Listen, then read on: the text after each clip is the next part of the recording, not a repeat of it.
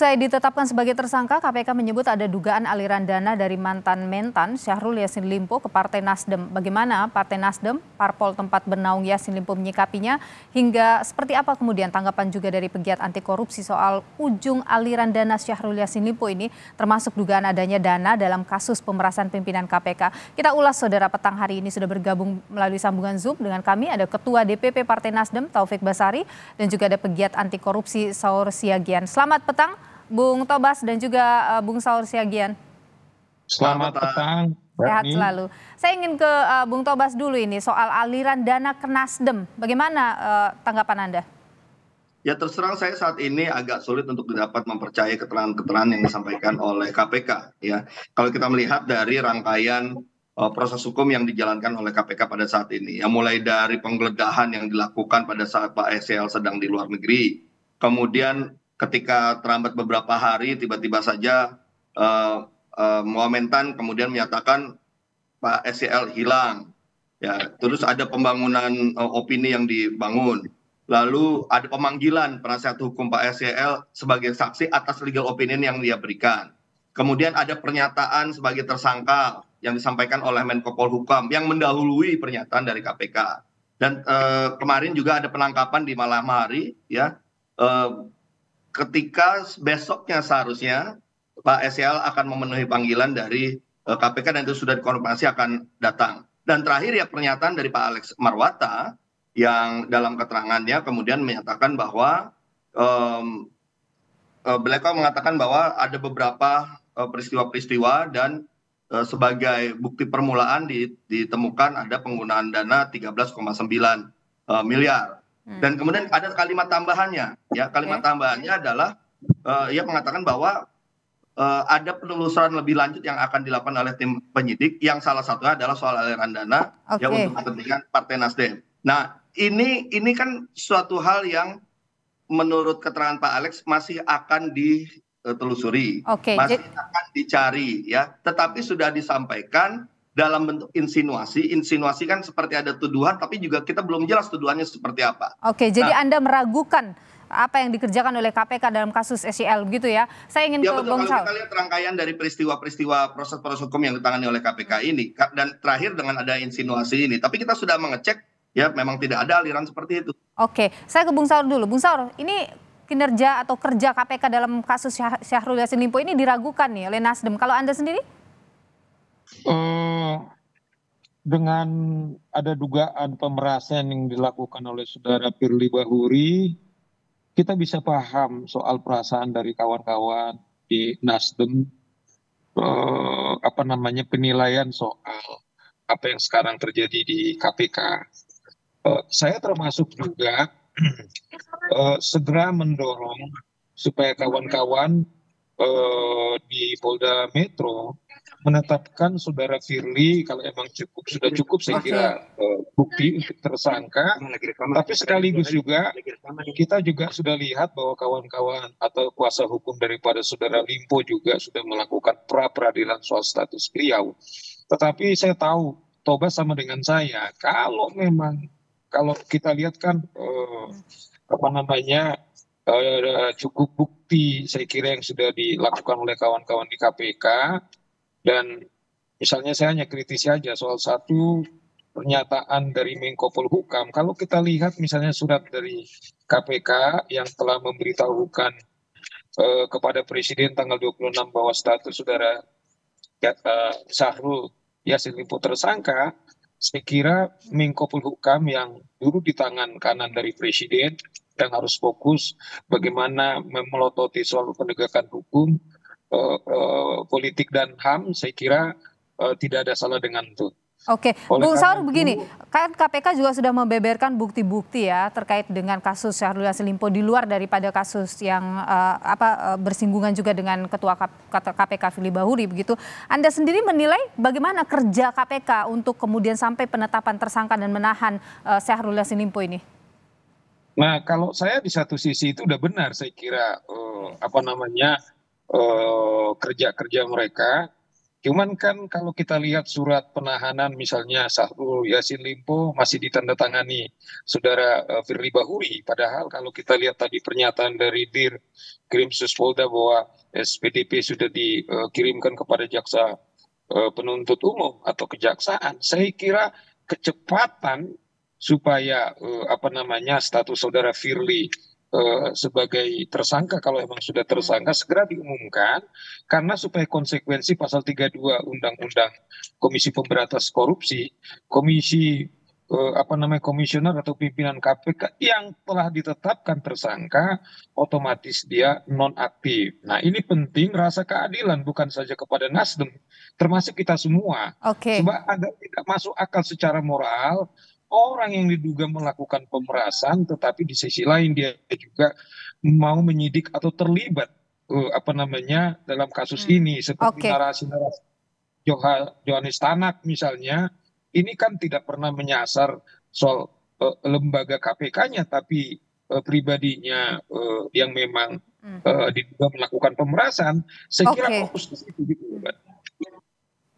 Tapi kita balik lagi kepada soal aliran dana yang disebut oleh pimpinan KPK ya, ada mengalir ke Partai Nasdem gitu. Bung Saur, kalau Anda sendiri melihat hal seperti ini bagaimana?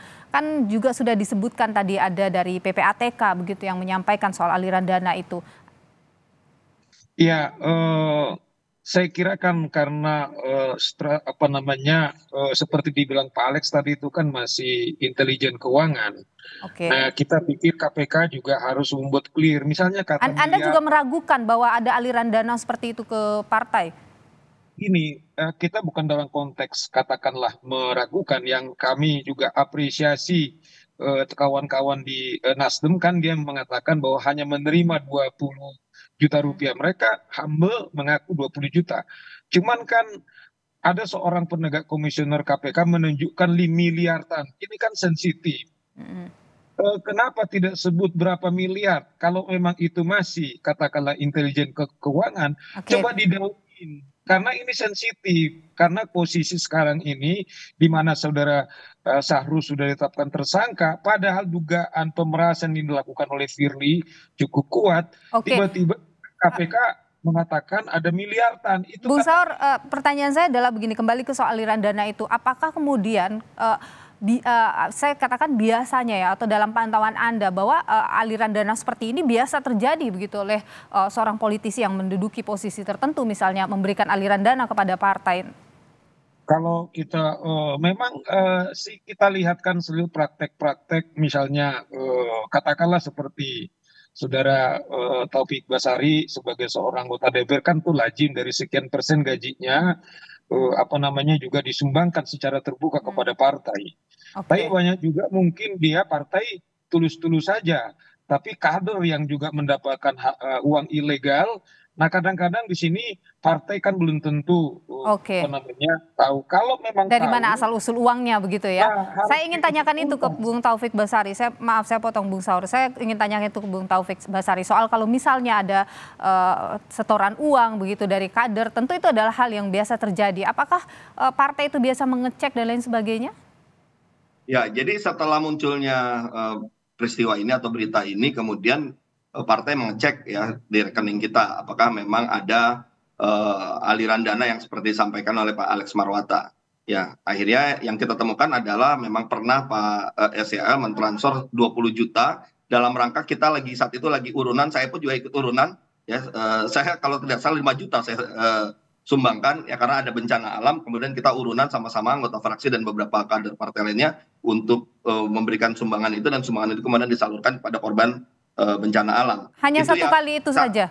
ya itu yang saat ini ditemukan oleh DPP Partai. Artinya kita juga secara aktif juga ingin tahu ini apa yang dimaksud oleh Pak Alex Marwata. Saat ini temuannya adalah seperti itu. Yang kedua, ini kan tadi disampaikan oleh Pak Alex bahwa berdasarkan laporan dari PPATK yang akan ditelusuri lebih lanjut. Tadi seperti Bang Saur katakan, hal ini akan sangat sensitif bagi partai politik ya. Kalau kemudian belum jelas ya berapanya, seperti apa, tapi sudah diumumkan, artinya seperti ini ya, banyak kemudian pemberitaan-pemberitaan menuliskan berita bahwa seolah-olah benar sudah ada aliran dana tersebut dengan jumlahnya miliaran dan seterusnya. Nah, kalaupun ada aliran-aliran harus dijelaskan berapa jumlahnya, kepada siapa, ya, untuk keperluan apa, apakah legal atau tidak, ya, dan sebagainya. Nah, ini ketika disampaikan masih prematur, ya, tidak ada kejelasan secara detail,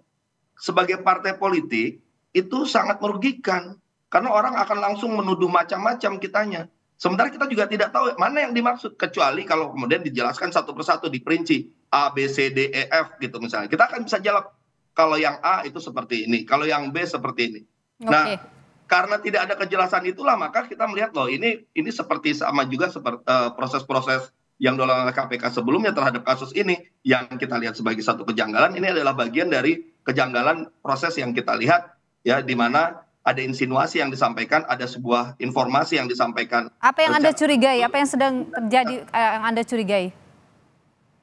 Ya kita lihatlah nanti seperti apa. Bagi kita tidak masalah, silahkan cek, ya. Kalau misalnya ada informasi dari PPATK silahkan cek. Selama ini Partai Nasdem sangat menghormati proses hukum. Tidak pernah kita melakukan penghalang-halangan terhadap proses hukum.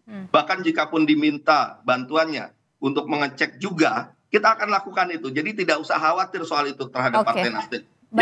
Yang kita sayangkan adalah, ya, penyampaian opini yang kemudian membuat masyarakat memiliki persepsi yang negatif tanpa didahului oleh satu kejelasan yang detail mengenai apa yang dipermasalahkan yang diangkat oleh.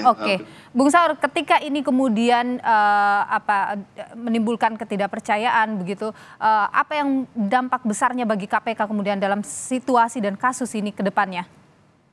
Kalau saya sih berharap begini, 4 komisioner KPK itu kompak, secara internal mereka meminta untuk supaya saudara Firly Bahuri nonaktif dulu setidaknya di kasus ini sebelum ada statusnya tersangka. Karena gini, kita ini kan dalam agenda ketatanegaraan kita kan sudah akan memasuki, ya, kalau kita orang hukum kan tidak ada namanya tahun politik, tapi yang umum mengatakan tahun politik. Kawan-kawan di Nasdem ketepatan sekarang ini, sekalipun secara formal masih di kabinet, tetapi kan dalam konteks pilpres agak berbeda. Nah, ini juga aspek ini juga harus dipahami oleh komisioner KPK. Kalau saya sih secara moral, karena memang dugaan yang dilakukan oleh saudara Firly, karena menyangkut menurut saya kan secara moral mereka ini mengumumkan mengumumkan seorang tersangka, tetapi di sisi lain dia juga diduga. Baik, kita tangkap Bung Saur apa yang Anda sampaikan. Tentu sekali lagi ini akan ditunggu, ya, proses lanjutannya dari kasus ini. Terima kasih Bung Saur Siagian, pegiat anti korupsi, dan juga Bung Taufik Basari, Ketua DPP Partai Nasdem, atas pandangan Anda di Kompas Petang. Sehat selalu.